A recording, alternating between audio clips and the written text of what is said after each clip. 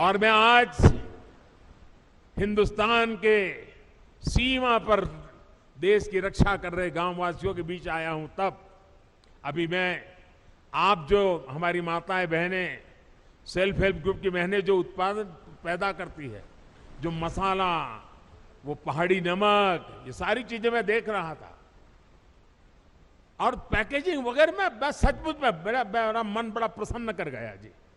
माताओं बहनों को प्रणाम करता हूं, क्या बढ़िया काम किया आपने। लेकिन मैं यहां से हिंदुस्तान भर से जो प्रवासी आते हैं, जो यात्री आते हैं, जो एडवेंचर के लिए आते हैं, जो श्रद्धा के लिए किसी भी तरीके से क्यों ना आते हो, एक जीवन में व्रत बनाइए।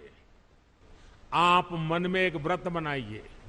मैं सभी 130 करोड़ देशवासियों को हिंदुस्तान के उस गांव से बता रहा हूं जो चीन के सीमा पर भारत का ये सीमा पर रखवाली करने वाले गांव के बीच से बोल रहा हूं। मैं उनकी तरफ से बोल रहा हूं, आप जहां भी जाएं यात्रा करने के लिए, इस कठिन क्षेत्र में आए या पुरी चले जाएं या कन्याकुमारी चले जाएं या सोमनाथ कहीं पर भी जाए, एक संकल्प कीजिए। जैसे मैं वोकल फॉर लोकल की बात करता हूं ना, मैं आज एक और संकल्प के लिए प्रार्थना करता हूं और देशवासियों को प्रार्थना करना है तो मेरा हक बनता है जी। मैं आदेश तो नहीं दे सकता हूं, प्रार्थना तो कर सकता हूं।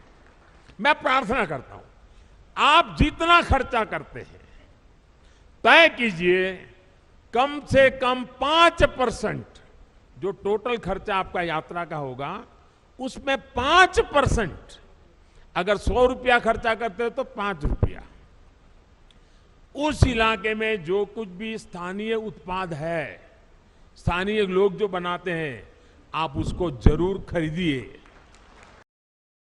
पहाड़ के लोगों की पहली पहचान यही होती है कि वो बहुत मेहनती होते हैं। उन्हें उनके साहस, उनकी जुझारू प्रवृत्ति के लिए जाना जाता है। वो प्रकृति के प्रति शिकायत नहीं करते हैं, संकटों के बीच जीना सीख लेते हैं जी। लेकिन साहब, पहले की सरकारों के समय पहाड़ों के लोगों के सामर्थ्य को उनके खिलाफ ही इस्तेमाल किया गया। दशकों तक सरकारें ये सोचकर पहाड़ की उपेक्षा करती रही, वो मेहनतकश लोग हैं, पहाड़ जैसा उनका हौसला है, अरे उनकी तो ताकत इतनी है, उनको तो कुछ जरूरत नहीं, चल जाएगा। ये उनकी ताकत के साथ अन्याय था।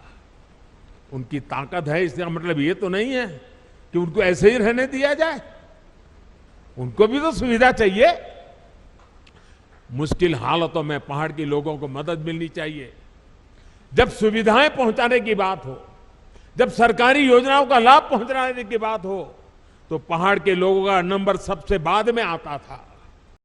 जब सुविधाएं पहुंचाने की बात हो, जब सरकारी योजनाओं का लाभ पहुंचाने की बात हो, तो पहाड़ के लोगों का नंबर सबसे बाद में आता था।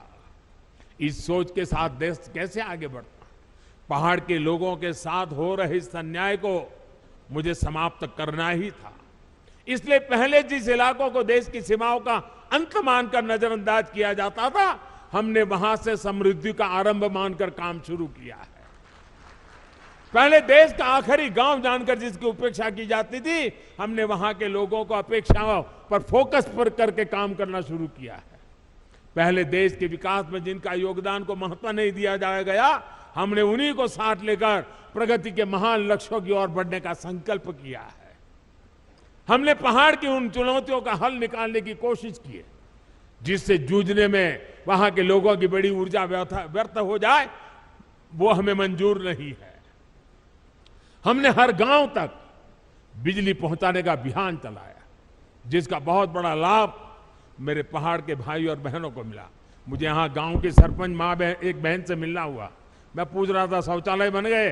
अरे बोले साहब बन गए। मैंने कहा पानी पहुंच रहा है? बोले पाइप लग रही है। इतनी चेहरे पर खुशी थी, अपने गांव में काम होने का आनंद था। उनके सरपंच महिला थी, बड़े गर्व से मुझे बता रही थी। हमने हर घर जल का अभियान चलाया, जिसकी वजह से आज उत्तराखंड के 65% से ज्यादा घरों में पाइप से पानी पहुंच चुका है। हमने हर पंचायत को ऑप्टिकल फाइबर से जोड़ने का अभियान चलाया, जिसकी वजह से उत्तराखंड के कोने कोने में आज डिजिटल कनेक्टिविटी पहुंच रही। हेल्थ और वेलनेस सेंटर खोलने का अभियान चलाया, जिसकी वजह से आज गांव के पास चिकित्सा की सुविधा पहुंच रही है। इन अभियानों का बहुत बड़ा लाभ हमारी माताओं, बहनों, बेटियों को हुआ है।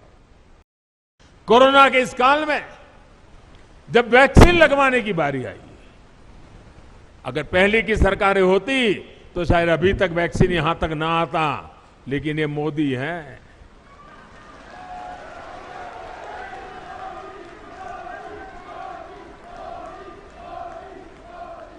मैंने कहा कोरोना जाए उसकी ज्यादा तेजी से मुझे वैक्सीन पहाड़ों में ले जानी है, और मैं सरकार को बधाई देता हूं। मेरे उत्तराखंड और मेरे हिमाचल 2 प्रदेशों ने सबसे पहले वैक्सीनेशन का काम पूरा कर दिया भाई।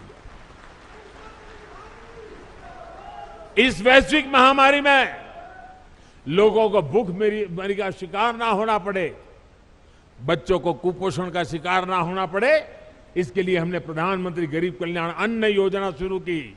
इस योजना की वजह से उत्तराखंड के भी लाखों लोगों को मुफ्त अनाज मिला, और हमने पक्का किया किसी गरीब के घर में भी कोई दिन ऐसा नहीं होना चाहिए जब घर में चूल्हा न जला हो, रोटी न पकी हो, कोई बच्चा भूखा सोया हो, वो दिन में देखना नहीं चाहता था। और हम सफलतापूर्वक कर पाए भाइयों बहनों।